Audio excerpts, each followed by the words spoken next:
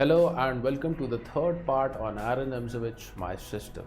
So first I'm going to take a moment to mention a name which is R. Ravi, who recently subscribed for the second month in a row on my streaming channel at Twitch. So a shout out to Ravi. Thanks a lot for the continued support, man. Much appreciated. And yes, Ravi's name is also displayed in the upper right corner of this video.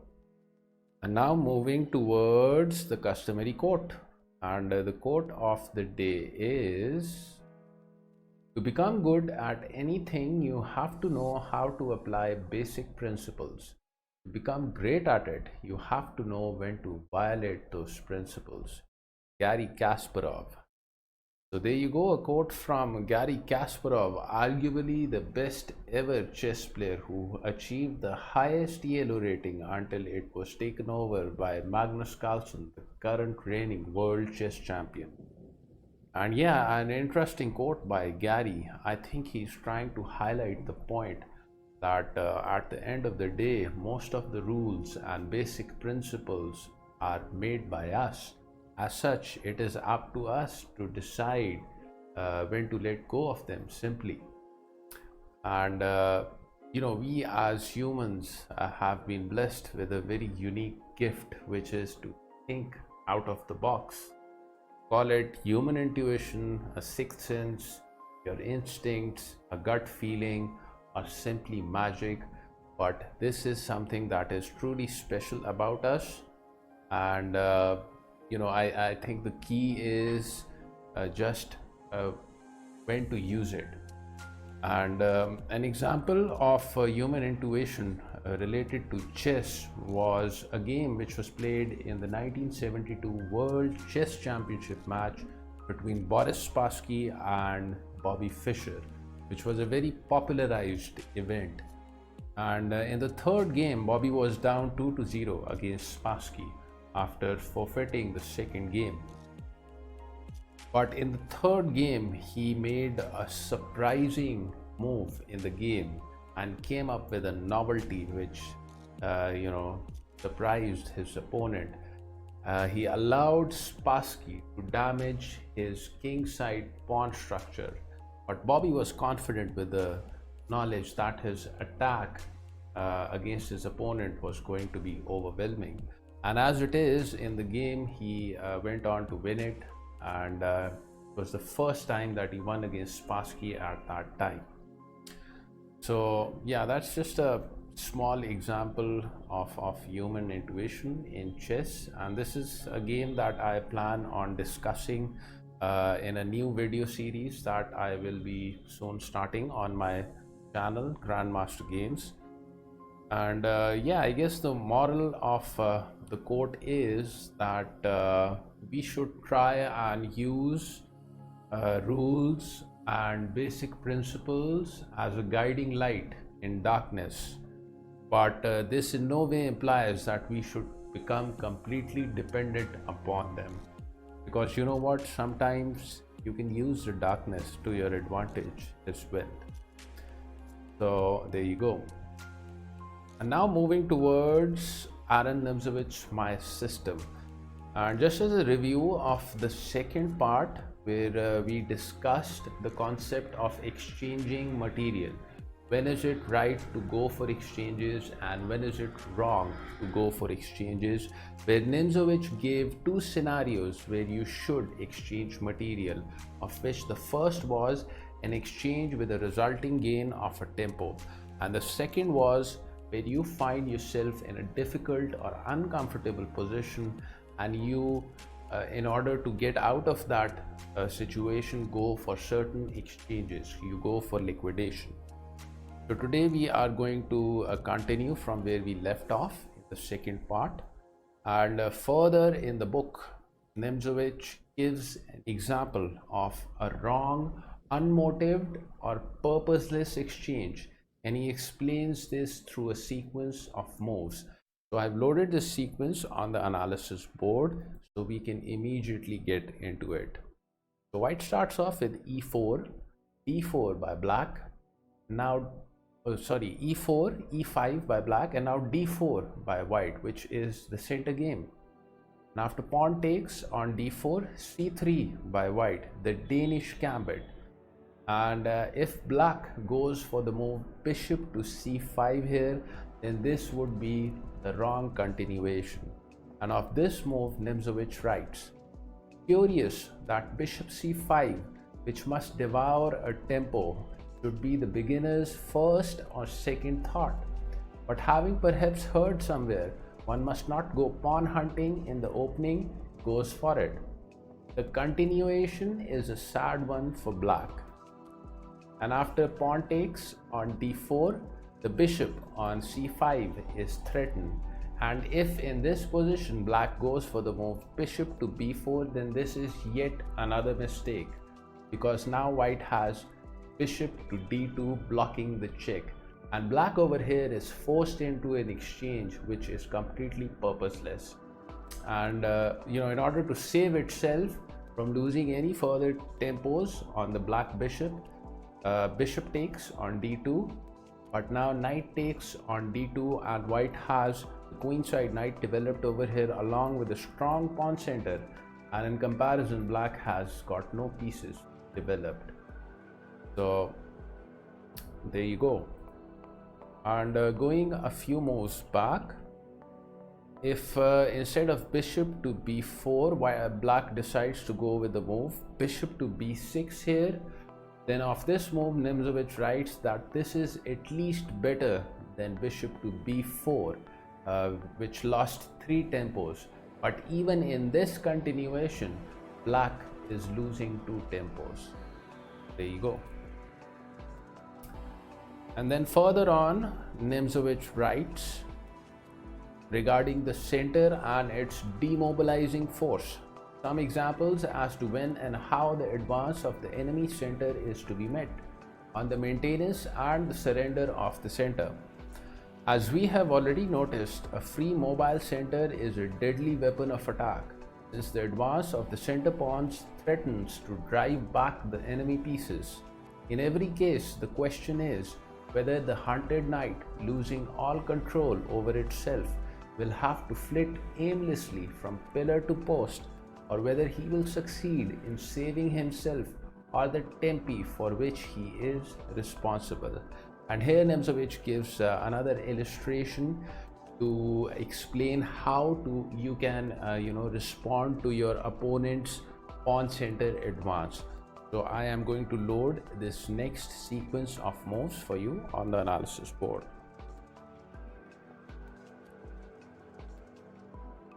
Okay. So the first few moves are the same: e4, e5, d4, pawn takes on d4, c3 by white, the Danish gambit. Now knight f6 by black, and here white goes with the move e5, using its mobile pawn center and attacking this knight on f6. And the correct continuation for black over here would be a knight to e4.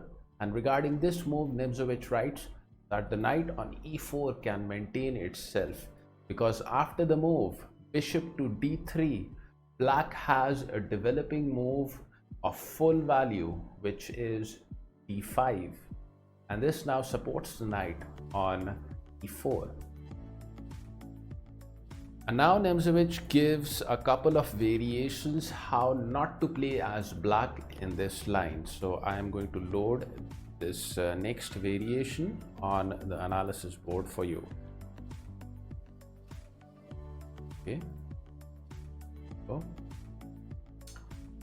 e4, e5, d4, pawn takes on d4, c3, knight f6, e5, knight to e4, and after bishop to d3, if black decides to go with a further wandering of the knight with a knight to c5, which is moving your knight for the 3rd time in the early part of the game, then white has the move pawn takes on d4, and now this knight on c5 is threatened.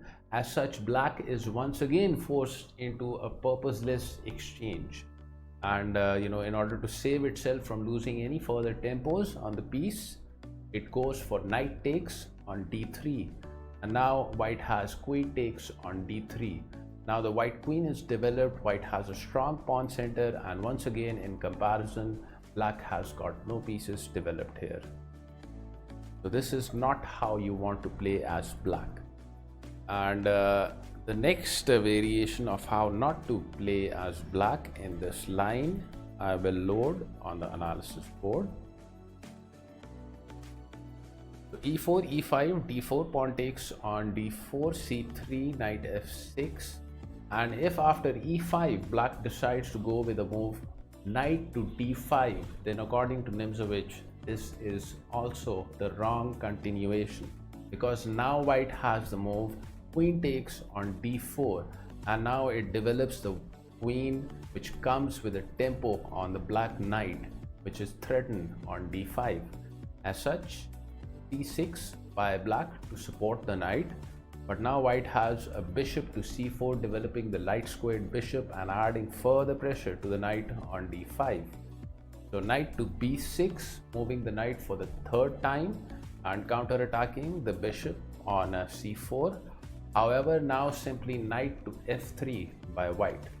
And regarding this position, Nimzowitsch writes, white has 6 tempi here as compared to black's 2 or 1.5, since the knight at b6 is not better placed as compared to f6, and black's pawn at c6 is not really a whole tempo, since no move of a central pawn is in question here. And here Nimzowitsch gives another illustration. So I am going to copy this next sequence of moves on the analysis board. Okay, there we go. e4, e5, and now f4, the king's gambit by white. So after pawn takes on f4, knight f3, and now if black goes with the move knight to f6, then again white has the move e5 using its mobile pawn center and attacking this black knight on f6. As such, if black goes with the move knight to e4, then that would be the wrong continuation, because this knight on e4 now sits in a compromised square from where it can easily be harassed by white's pieces. So now d3 by white attacking the knight, and the knight moves for the third time to c5, and now d4 further attacking, and this will now win yet another tempo over the black knight. And instead of this line, Nimzowitsch gives a variation of how black could play over here. So I'm going to load this next variation on the analysis board. After e4, e5, f4, pawn takes on f4, knight f3, knight f6, and after e5, black could go with a move with knight to h5, and on first impression it looks like an odd move, but this square on h5 is actually a satisfactory one for black over here. So the continuation could be d4 and d5 now by black. And regarding this position, Nimzowitsch writes, as a rule, border squares are not favorable for knights. However, here is an exception where the h5 square is a satisfactory one for the knight. And yes, d5 prompts white to exchange its e pawn for black's d pawn, which has moved only once, otherwise allowing black a solid pawn center by having a pawn on d5. In general, the knight seeks to establish himself in the center only exceptionally on the side, writes Nimzowitsch. And then another sequence of moves is given by Nimzowitsch. So I'm going to load this next sequence of moves.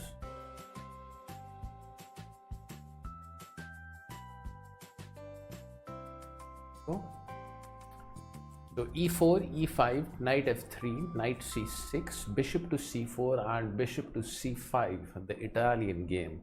And here white goes with the move c3, which prepares the pawn push d4. As such, black goes with the knight to f6, and now d4 by white. So after pawn takes on d4, e5 by white, using its mobile pawn center once again, threatening the knight on f6. As such, a knight to e4 over here by black would be a mistake, because now white has the move bishop to d5, and this now threatens the knight on e4, and more importantly, this prevents black from playing the supportive pawn move d5, which would support the knight and help in maintaining it on e4. So this is not how you want to play as black. And instead, a variation is given by Nimzowitsch. So I am going to load this variation of the same line on the analysis board. There we go. e4, e5, knight f3, knight c6, bishop to c4, bishop c5, the Italian game, c3, knight f6, d4, pawn takes on d4, e5, and now d5 by black would be correct play. And this light squared bishop on c4 is now threatened, and in case white decides to take out the knight on f6, then black also gets to take out white's bishop on c4, and the position will actually be better for black after the exchanges. So instead, a bishop to b3 by white, and now black can bring its knight to e4, the center square for the knight, which it can maintain itself over here. And of this position, Nimzowitsch writes, since the knight can no longer maintain itself after e5 on f6, he calls in the aid of the black d pawn to assist in establishing him in the center. And then the next sequence of moves, the next illustration that is given by Nimzowitsch, I'm going to load that on the analysis board for you. Copy the moves. So e4, e5, d4, pawn takes on d4, c3, the Danish gambit once again, knight f6, e5, and now a knight to e4 by black, bishop to d3, now d5 by black, supporting the knight on e4, pawn takes on d4, knight to c6, which now threatens white's pawn on d4. As such, knight to f3, which is both a developing move as well as one which supports its own pawn center. And here black can go with the move bishop to g4, which pins this knight to the defense of the white queen and once again renews the threat of knight takes on d4. And alternatively, black can also go with a move instead of knight to c6, it can go with the move c5 in this position. And of this line, of this variation, Nimzowitsch writes that bishop g4 or c5 threatens white's d pawn and in turn helps in keeping the knight in the center, whereas a bishop b4 check will force black to a tempo losing exchange. So yeah, instead of a bishop to g4 here, if black decides to go with a move like bishop to b4, then once again white has the move bishop to d2, blocking the check. So after knight takes on d2, the knight has now moved 3 times, and it is taken off the board after knight takes on d2 by white over here, and white is slightly better in this position. And Nimzowitsch further writes, it is nevertheless more prudent to hold the center intact, even should we succeed in breaking the shock of the advancing mass of pawns by a proper withdrawal of the knight as outlined above with a knight to h5. Yet the line of play is difficult, and what is more, the pawn roller need not advance at once, but may hold its advance as a continual threat over our heads. Hence, if it can be done without counterbalancing disadvantages, hold the center. And Nimzowitsch gives an illustration to explain this concept here. So I'm going to load this next sequence of moves on the analysis board. And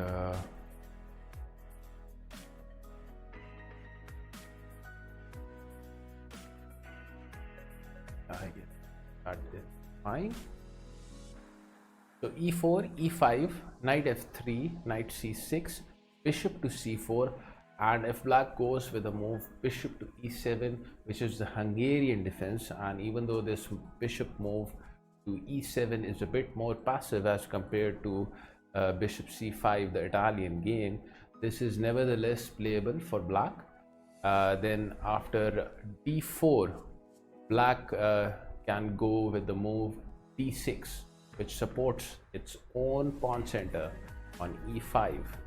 And after the continuation, pawn takes on e5, pawn takes on e5 by black would be correct play. And d6 supports black's pawn center, which is good as discussed before. This is something that we discussed before. A pawn move, in the early part of the game, which attacks your enemy's pawn center or supports your own pawn center, is always a good move. It's a pawn move that you can go for in the early stages of the game. f6 would be a horrible mistake here according to Nimzowitsch, since the open diagonal for the white bishop on c4 to g8 would be decisive, since the f pawn is a bond defender for black. So yeah, instead of d6, if black goes with the move f6, then this would be a mistake because of this dangerous open diagonal for the light squared white bishop on c4. And this f pawn is a natural bond defender of black's king side. And then a variation of the same line is given by Nimzowitsch, where he explains the concept of defending with pieces as compared to defending with pawns. So let's go through that. Just copy the moves, and here you go. So the first few moves are the same: e4, e5, knight f3, knight c6, bishop to c4, bishop e7, the Hungarian defense. And if after d4 black goes with the move bishop to f6, then this is not correct play by black over here, because not only has this bishop moved twice, this bishop is now doing nothing except supporting this pawn on e5, and that's like having an entire piece tied down to defense. So continuation over here could be pawn takes on e5, knight takes on e5, knight takes on e5, bishop takes e5, and now white has the move f4, which is going to win a further tempo on the black bishop, which is now threatened on e5. And Nimzowitsch writes that if a piece has to protect any attacked piece or pawn, he himself feels under restraint, whereas in similar circumstances a pawn would find himself perfectly at ease. Exchange followed by a gain of tempo in accordance with our rule for white occurs over here, since now f4 threatens the bishop on e5. And over here I will end this third part on Aron Nimzowitsch my system. I hope you found the video informative and liked it. Till next time, take care.